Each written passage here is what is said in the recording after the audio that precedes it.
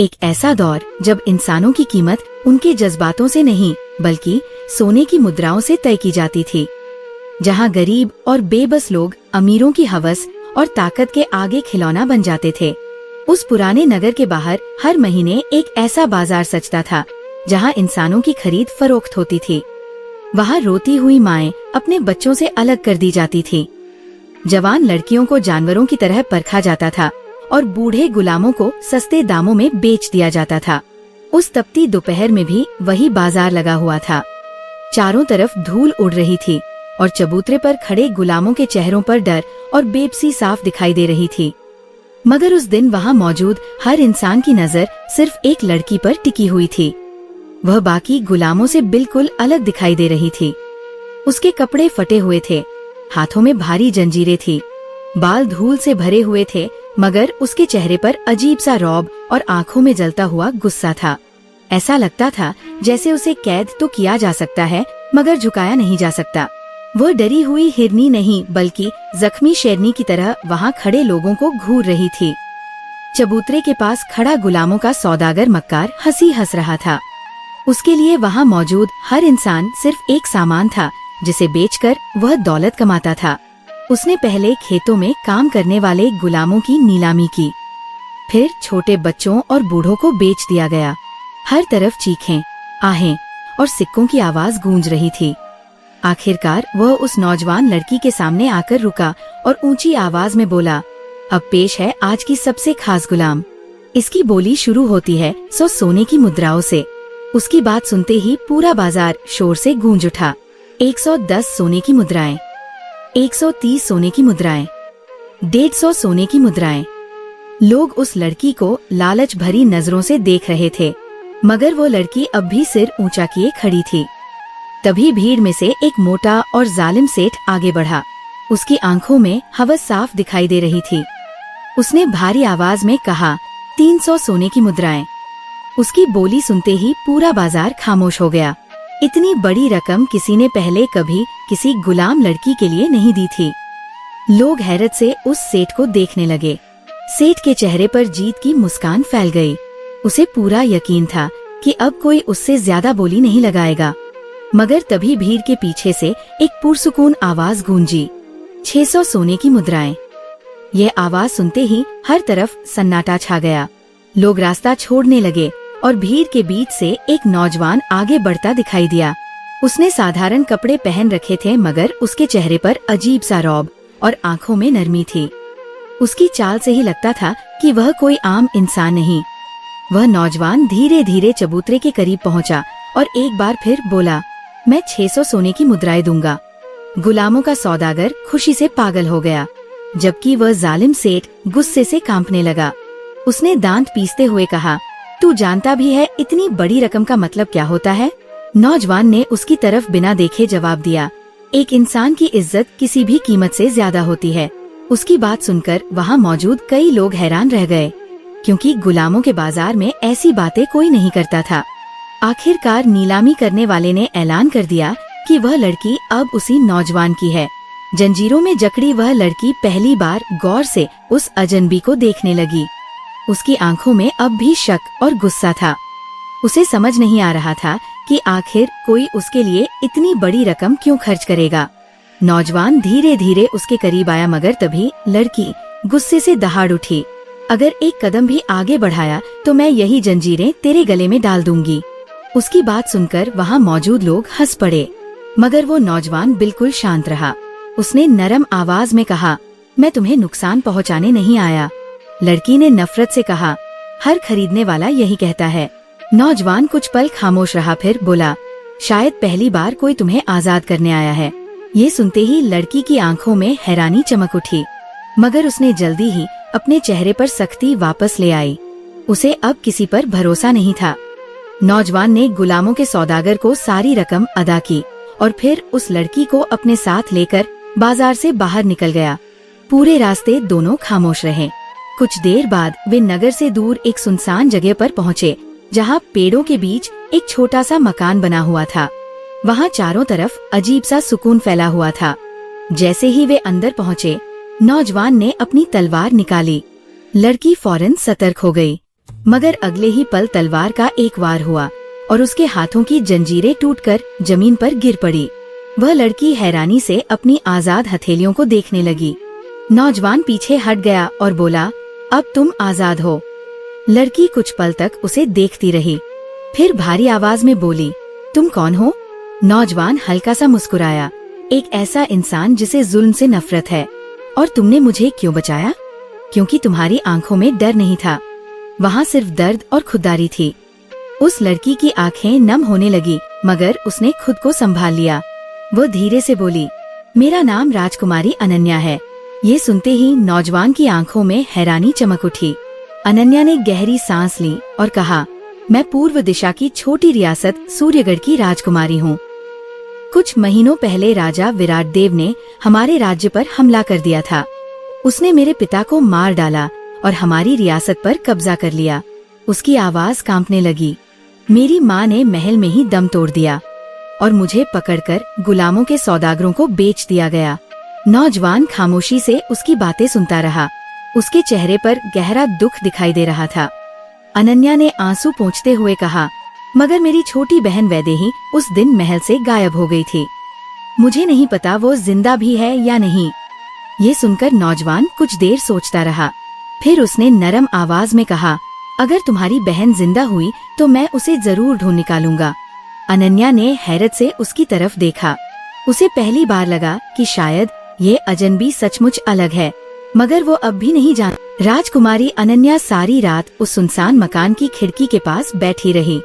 बाहर चांदनी फैली हुई थी और ठंडी हवाएं पेड़ों की शाखों को हिला रही थी, मगर उसके दिल के अंदर तूफान मचा हुआ था। कभी उसे अपने उजड़े हुए राजमहल की याद आती, कभी अपने माता पिता का चेहरा आंखों के सामने घूम जाता और कभी उसकी छोटी बहन वैदेही की मासूम सूरत उसे बेचैन कर देती। वह यही सोच रही थी कि आखिर वह इस वक्त किस हाल में होगी, जिंदा भी होगी या नहीं। दूसरी तरफ वह रहस्यमयी नौजवान भी उसके ज़हन से निकल नहीं रहा था, जिसने बिना किसी लालच के उसे गुलामी से आजाद करवाया था। अनन्या ने जिंदगी में बहुत से लोगों को देखा था, मगर उसकी आंखों में जैसी सच्चाई और नरमी थी, वैसी उसने पहले कभी किसी में महसूस नहीं की थी। फिर भी उसके दिल में एक डर मौजूद था, क्योंकि हालात ने उसे सिखा दिया था कि हर मुस्कुराता चेहरा भरोसे के लायक नहीं होता। सुबह की पहली किरण कमरे में दाखिल हुई तो अनन्या ने देखा कि मेज पर खाना रखा हुआ है। शायद वो नौजवान रात में ही रखकर चला गया था। कुछ देर बाद दरवाजा खुला और वही नौजवान अंदर दाखिल हुआ। आज भी उसने साधारण कपड़े पहन रखे थे, मगर उसके चेहरे का रौब छुपाए नहीं छुप रहा था। वह हल्की मुस्कान के साथ बोला, उम्मीद है रात आराम से गुजरी होगी। अनन्या ने ठंडी आवाज में कहा, जिस इंसान ने सब कुछ खो दिया हो उसे सुकून कहाँ मिलता है। उसकी बात सुनकर नौजवान कुछ पल खामोश रहा, फिर धीरे से बोला, कभी कभी वक्त सबसे गहरे जख्म भी भर देता है। अनन्या ने उसकी तरफ देखते हुए पूछा, तुम अब तक अपना नाम क्यों छुपा रहे हो? नौजवान मुस्कुराया मगर जवाब नहीं दिया। वह कमरे में थोड़ा आगे बढ़ा और बोला, फिलहाल इतना जान लो कि मैं तुम्हारा दुश्मन नहीं हूँ। अनन्या कुछ कहने ही वाली थी कि तभी बाहर घोड़े के रुकने की आवाज आई। अगले ही पल एक आदमी तेजी से अंदर दाखिल हुआ। उसने आते ही उस नौजवान के सामने सिर झुका दिया। हुजूर, खबर मिल गई है। अनन्या हैरानी से उस आदमी को देखने लगी। उसका लहजा किसी साधारण इंसान के लिए नहीं, बल्कि किसी बड़े मालिक के लिए था। नौजवान ने गंभीर आवाज में पूछा, क्या पता चला? आदमी बोला, सूर्यगढ़ की छोटी राजकुमारी वैदेही जिंदा है। ये सुनते ही अनन्या की सांसें थम गईं। वह फौरन आगे बढ़ी और बेचैनी से बोली, मेरी बहन कहाँ है? वो कैसी है? आदमी ने दुख भरी आवाज में जवाब दिया, राजा विराट देव ने उसे अपने महल में कैद कर रखा है। सुना है वो जबरदस्ती उससे शादी करना चाहता है। ये सुनते ही अनन्या की आंखों में खून उतर आया। उसकी मुट्ठियां भिंच गई और चेहरा गुस्से से लाल हो गया। उस जालिम की इतनी हिम्मत! उसने गुस्से में पास रखी तलवार उठा ली और पूरी ताकत से दीवार पर दे मारी। तलवार की आवाज पूरे कमरे में गूंज उठी। नौजवान ने उसकी तरफ देखते हुए शांत लहजे में कहा, गुस्से से फैसले कमजोर हो जाते हैं। अनन्या चीख पड़ी, उसने मेरा परिवार छीन लिया, मेरा राज छीन लिया और अब मेरी बहन पर नजर डाल रहा है। मैं उसे जिंदा नहीं छोड़ूंगी। उसकी आंखों से आंसू बहने लगे, मगर इस बार उन आंसुओं में कमजोरी नहीं बल्कि इंतकाम की आग थी। नौजवान कुछ पल उसे देखता रहा, फिर धीरे से बोला, अगर तुम सचमुच अपनी बहन को बचाना चाहती हो तो जल्दबाजी मत करो। अनन्या ने गुस्से से कहा, तो क्या मैं यहाँ बैठकर इंतजार करती रहूं? नहीं, नौजवान बोला, बल्कि खुद को उस जंग के लिए तैयार करो जो आने वाली है। ये कहकर उसने अपनी तलवार उसकी तरफ बढ़ा दी। अनन्या ने हैरानी से तलवार की तरफ देखा। आज से तुम फिर से तलवार चलाना शुरू करोगी, नौजवान बोला, क्योंकि जब सही वक्त आएगा तो तुम्हें अपने दुश्मन का सामना खुद करना होगा। अनन्या ने तलवार थाम ली। उसकी आंखों में फिर वही शेरनी वाला गुस्सा लौट आया था। उस दिन के बाद सब कुछ बदल गया। हर सुबह सूरज निकलने से पहले अनन्या तलवार की मशक शुरू कर देती। उसके वारों में इतनी तेजी और गुस्सा था कि कई बार पेड़ों की मोटी शाखाएं भी कटकर गिर जाती। वो घंटों तक बिना रुके अभ्यास करती रहती। कभी कभी वो नौजवान दूर खड़ा उसे देखता रहता। उसकी आंखों में अनन्या के लिए इज्जत बढ़ती जा रही थी। उसने इतनी मजबूत और बहादुर लड़की पहले कभी नहीं देखी थी। एक शाम जब अनन्या तलवार चला रही थी, तभी अचानक उसका पैर फिसल गया और वह गिरने लगी। मगर अगले ही पल उस नौजवान ने तेजी से आगे बढ़कर उसे संभाल लिया। दोनों कुछ पल एक दूसरे की आंखों में देखते रहे। अनन्या का दिल अचानक तेज धड़कने लगा। उसने फौरन खुद को उससे अलग किया और नजरें झुका ली। नौजवान हल्का सा मुस्कुराया। जंग सिर्फ ताकत से नहीं जीती जाती, धैर्य भी जरूरी होता है। अनन्या पहली बार उसके सामने हल्का सा मुस्कुराई, मगर अगले ही पल उसके चेहरे पर उदासी लौट आई। काश मेरे पिता आज जिंदा होते, उसने धीमी आवाज में कहा। नौजवान ने नरमी से जवाब दिया, उन्हें तुम पर गर्व होता। अनन्या उसकी तरफ देखने लगी। अब उसके दिल में उस अजनबी के लिए भरोसा बढ़ता जा रहा था, मगर वो अब भी नहीं जानती थी कि उसकी जिंदगी बदलने वाला ये रहस्यमयी इंसान आखिर है कौन और क्यों उसकी मदद कर रहा है। दिन तेजी से गुजर रहे थे। राजकुमारी अनन्या अब पहले जैसी कमजोर और बेबस लड़की नहीं रही थी। उसके हाथों में तलवार बिजली की तरह चलती थी और आंखों में ऐसा आत्मविश्वास लौट आया था जैसे वह फिर से अपनी खोई हुई पहचान पा चुकी हो। नगर से दूर उस गुप्त ठिकाने में हर सुबह तलवारों की टकराने की आवाज गूंजती रहती। कभी वो लकड़ी के पुतलों पर वार करती, कभी हवा में तेजी से तलवार घुमाती और कभी घंटों तक घुड़सवारी की मशक करती रहती। मगर उसके दिल में एक बेचैनी हर दिन बढ़ती जा रही थी। उसे सिर्फ उस दिन का इंतजार था जब वह राजा विराटदेव का सामना करेगी। दूसरी तरफ वह रहस्यमयी नौजवान अब भी अपनी असली पहचान उससे छुपाए हुए था। वह अक्सर अचानक कहीं चला जाता और फिर देर रात वापस लौटता। कई बार अनन्या ने उससे सवाल पूछने की कोशिश की, मगर हर बार वह मुस्कुराकर बात टाल देता। एक रात तेज बारिश हो रही थी। आसमान में बादल गरज रहे थे और बिजली चमक रही थी। अनन्या मकान के बाहर खड़ी दूर अंधेरे में देख रही थी। तभी घोड़े की आवाज सुनाई दी। कुछ ही पल बाद वह नौजवान भीगता हुआ वापस लौटा। उसके कपड़ों पर मिट्टी लगी हुई थी और चेहरे पर थकान साफ दिखाई दे रही थी। अनन्या फौरन उसकी तरफ बढ़ी और बोली, तुम इस वक्त कहाँ से आ रहे हो? नौजवान ने धीमी आवाज में कहा, सूर्यगढ़ से। ये सुनते ही अनन्या का दिल जोर से धड़क उठा। क्या तुम मेरी बहन से मिले? उसने बेचैनी से पूछा। नौजवान कुछ पल खामोश रहा, फिर बोला, नहीं, मगर मैंने उसे देखा है। अनन्या की आंखों में उम्मीद चमक उठी। नौजवान ने गंभीर आवाज में कहा, वैदेही को महल के अंदर सख्त पहरे में रखा गया है। विराटदेव ने शादी की तैयारियां शुरू कर दी हैं। 3 दिन बाद वह जबरदस्ती उससे विवाह करने वाला है। ये सुनते ही अनन्या के अंदर जैसे आग भड़क उठी। नहीं, ऐसा कभी नहीं होगा। उसने गुस्से में तलवार निकाल ली। उसकी आंखों में खून उतर आया था।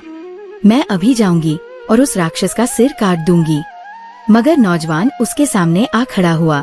अकेले जाना मौत को दावत देना होगा, उसने शांत आवाज में कहा। अनन्या गुस्से से चीखी, तो क्या मैं अपनी बहन को उस जालिम के हवाले कर दूं? मैं ऐसा कभी नहीं होने दूंगा।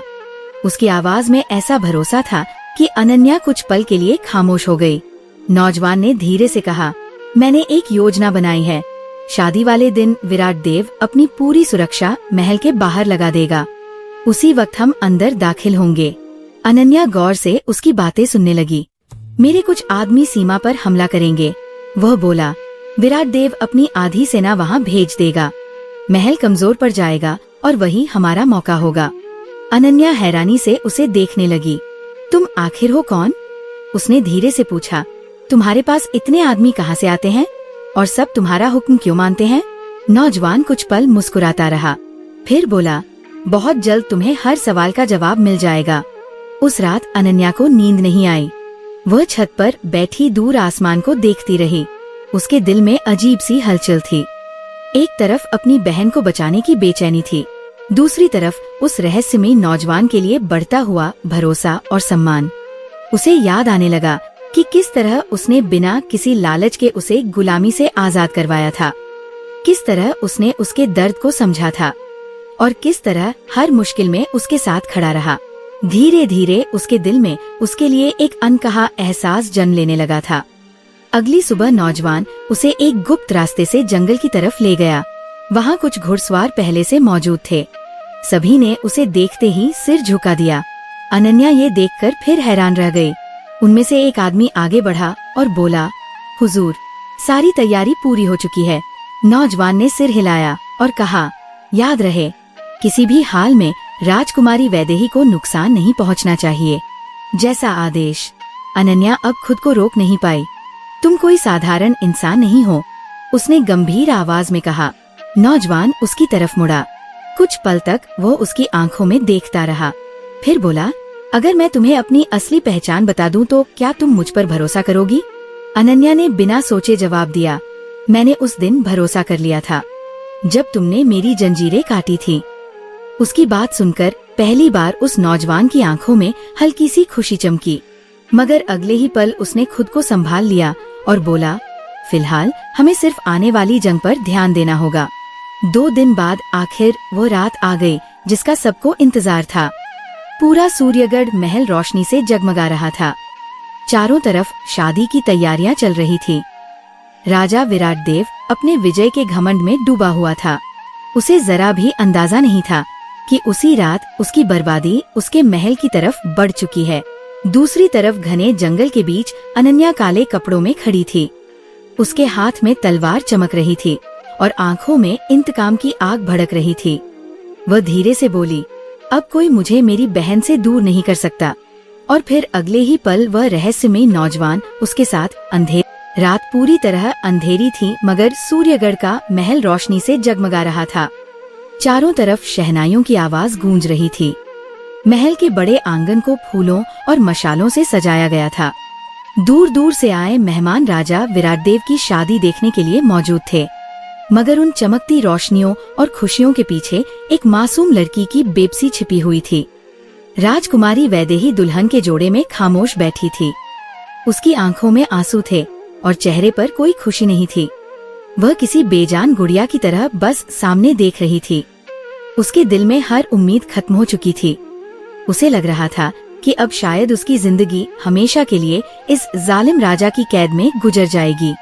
उधर महल से कुछ दूरी पर घने जंगल में राजकुमारी अनन्या और वह रहस्यमयी नौजवान अपने घोड़ों के साथ खड़े थे। अनन्या की आंखों में इंतकाम की आग भड़क रही थी। उसके हाथ तलवार की मूठ को इतनी मजबूती से पकड़े हुए थे जैसे अभी किसी का सिर धड़ से अलग कर देगी। तभी अचानक महल की सरहद की तरफ से युद्ध के नगाड़ों की आवाज गूंजी। अगले ही पल सिपाही भागते हुए विराट देव के पास पहुँचे। महाराज, हमारी सीमा पर हमला हो गया है। ये सुनते ही विराट देव का चेहरा फक पड़ गया। वह गुस्से से चीख उठा, फौरन सेना को भेजो। कुछ ही पलों में महल के ज्यादातर सैनिक सीमा की तरफ रवाना कर दिए गए, मगर विराट देव को जरा भी अंदाजा नहीं था कि यह हमला सिर्फ उसे कमजोर करने के लिए किया गया था। इधर मौका मिलते ही अनन्या और वो नौजवान गुप्त रास्ते से महल के अंदर दाखिल हो गए। रास्ते में आने वाले पहरेदारों को दोनों ने चंद वारों में खत्म कर दिया। अनन्या की तलवार आज पहले से कहीं ज्यादा खतरनाक लग रही थी। उसके हर वार में बरसों का दर्द और गुस्सा छिपा हुआ था। कुछ ही देर में दोनों महल के मुख्य आंगन तक पहुंच गए, जहां शादी की रस्म शुरू होने वाली थी। जैसे ही विराट देव ने मंत्र पढ़ने के लिए हाथ आगे बढ़ाया, अचानक महल में एक गूंजती हुई आवाज सुनाई दी, विराट देव। पूरा दरबार सन्न रह गया। विराट देव ने मुड़कर देखा और अगले ही पल उसके चेहरे का रंग उड़ गया। सामने तलवार लिए राजकुमारी अनन्या खड़ी थी। उसकी आंखों में मौत उतर आई थी। वैदेही अपनी बहन को देखकर हैरत से खड़ी हो गई। उसकी आंखों से आंसू बहने लगे। दीदी, अनन्या ने उसकी तरफ देखा और बोली, डर मत वैदेही, अब तुझे कोई हाथ भी नहीं लगा सकेगा। विराट देव गुस्से से दहाड़ उठा।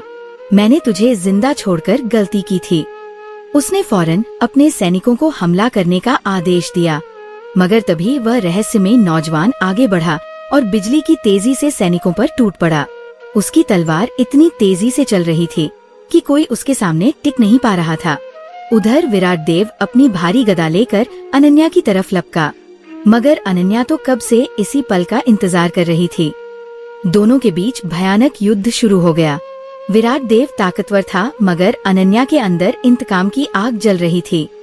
उसकी तलवार हवा को चीरती हुई लगातार वार कर रही थी। पूरे महल में तलवारों की टकराने की आवाज गूंज रही थी। विराट देव ने पूरी ताकत से गदा घुमाई, मगर अनन्या झुक गई और अगले ही पल उसने उसकी बाह पर जोरदार वार कर दिया। विराट देव दर्द से चीख उठा, मगर वो अभी भी हार मानने को तैयार नहीं था। उसने दोबारा हमला किया, मगर इस बार अनन्या की तलवार उसकी गदा से टकराई और अगले ही पल उसकी भारी गदा 2 टुकड़ों में टूट गई। ये देखकर विराट देव की आंखों में डर उतर आया। अनन्या धीरे धीरे उसकी तरफ बढ़ने लगी। उसकी आंखों में जलता हुआ गुस्सा देखकर विराट देव पहली बार कांप उठा। वो घुटनों के बल गिर गया। मुझे माफ कर दो। मगर अनन्या के दिल में उसके लिए रहम खत्म हो चुका था। वह गरजती हुई आवाज में बोली, ये उन सभी आंसुओं की सजा है जो तेरी वजह से बहाए गए। और अगले ही पल उसकी तलवार बिजली की तरह चमकी। एक खौफनाक वार के साथ विराट देव का सिर धड़ से अलग होकर दूर जा गिरा। पूरा महल सन्नाटे में डूब गया। कुछ पल बाद अनन्या ने अपनी तलवार नीचे गिरा दी। उसकी आंखों से आंसू बहने लगे। बरसों बाद उसके दिल का बदला पूरा हुआ था। उधर वैदेही दौड़कर अपनी बहन से लिपट गई। दोनों बहनें फूट फूट कर रोने लगी। महल में मौजूद बाकी सैनिकों ने हथियार डाल दिए। सूर्यगढ़ आखिरकार जुल्म से आजाद हो चुका था। कुछ देर बाद वह रहस्यमयी नौजवान अनन्या के पास आया। उसके चेहरे पर हल्की मुस्कान थी। अब तुम्हारा राज तुम्हें वापस मिल चुका है राजकुमारी। अनन्या ने नम आंखों से उसकी तरफ देखा। तुमने हमारे लिए जो किया, उसका कर्ज मैं जिंदगी भर नहीं चुका सकती। मगर अब तो मुझे अपना सच बता दो, आखिर तुम हो कौन? नौजवान हल्का सा मुस्कुराया। फिर उसने अपनी उंगली से वो अंगूठी निकाली जिस पर एक शाही निशान बना हुआ था। उसे देखते ही वहाँ मौजूद सैनिक हैरत से झुक गए। अनन्या की आंखें फैल गईं। नौजवान शांत आवाज में बोला, मैं आर्यवर्धन साम्राज्य का युवराज विक्रम सिंह हूँ। ये सुनते ही अनन्या कुछ पल के लिए सन्न रह गई। उसे यकीन ही नहीं हो रहा था कि एक इतने बड़े साम्राज्य का युवराज साधारण इंसान बनकर उसकी मदद करता रहा। विक्रम उसकी तरफ देखकर मुस्कुराया। मैंने पहली बार तुम्हें उस गुलामों के बाजार में देखा था। उसी दिन समझ गया था कि तुम्हें सिर्फ आजादी नहीं, इंसाफ चाहिए। अनन्या की आंखें भर आईं। उसके दिल में विक्रम के लिए इज्जत और मोहब्बत कई गुना बढ़ चुकी थी। कुछ दिनों बाद पूरे सूर्यगढ़ में खुशियां मनाई गईं। वैदेही को नई महारानी घोषित कर दिया गया, जबकि राजकुमारी अनन्या आर्यवर्धन के युवराज विक्रम सिंह के साथ उसके राज्य चली गई।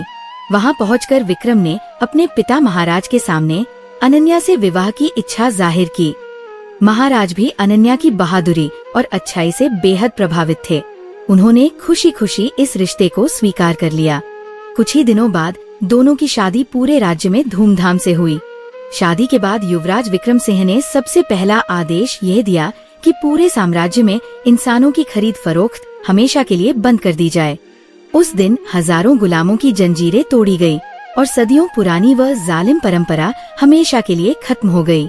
इस तरह एक बेबस गुलाम लड़की से शुरू हुई कहानी आखिरकार एक बहादुर महारानी की जीत पर खत्म हुई।